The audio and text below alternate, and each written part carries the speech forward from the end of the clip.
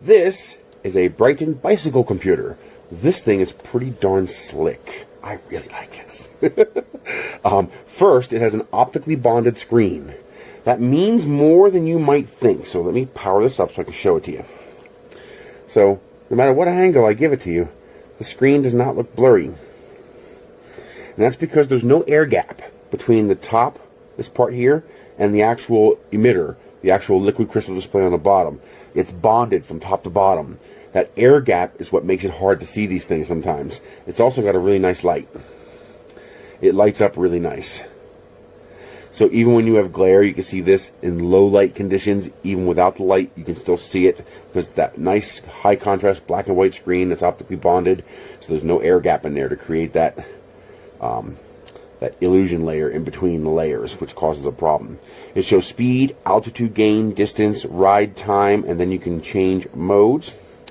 So now it shows average speed, gradient, percent, trip time, and you can set, you have a button to set different trip meters so you can do trip out and trip back. And really cool, max speed, max altitude, an odometer, and you can change the units it measures it in. It's GPS.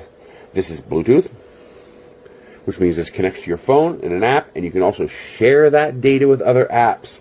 So if you're a Strava user, you can upload the data from this to your Strava account, which is very freaking cool. It's just nice to have that open architecture and not be locked into their own ecosystem. This is the mount. So this has a quad pedal rubber mount on the bottom here. And of course, it comes with a spare as well. And you sit this on your bike handlebars or wherever you want to mount it. And then this is just a locking pedal.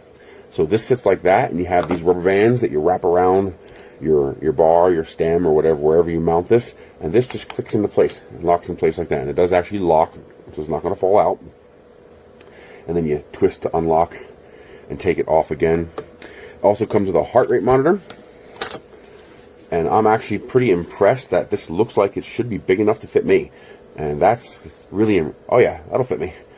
That's actually impressive because I got a 66-inch chest. I'm a big boy. So that strap will actually fit me. And extending it wouldn't be that hard. But this is your heart rate monitor. There's a battery inside there. It clips onto here. So you'd wear that under your shirt or your jersey. And it also has a USB charging cable. I'll show you that in a moment. Also has a cadence sensor. So it measures your cadence. That's important. You might be doing 40 miles an hour, but you're not doing any work. You're coasting downhill. So having the cadence sensor is pretty nice. I haven't opened that yet because I'm not going to until I'm ready to attach it to the bike. On the back here, you have a rubber cover. These are your extra buttons, by the way. One is power and one is light. And also, it has a stop-pause functionality. I'm guessing for trip. Not entirely sure. There's a lot of functionality here. I got to read the manual. Then you have your page function to show you your different displays, depending on what you want it to show. And then you have your lap.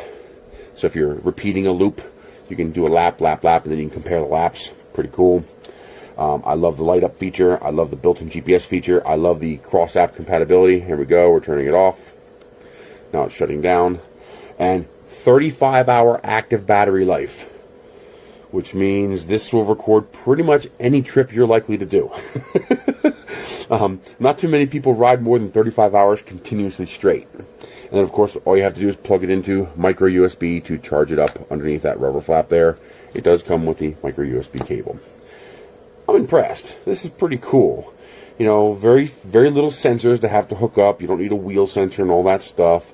I mean, granted, you're not going to get your ultra short distance slow speed movement because you not have a wheel sensor connected. It's using GPS, which uses, you know, point to point distance time averaging.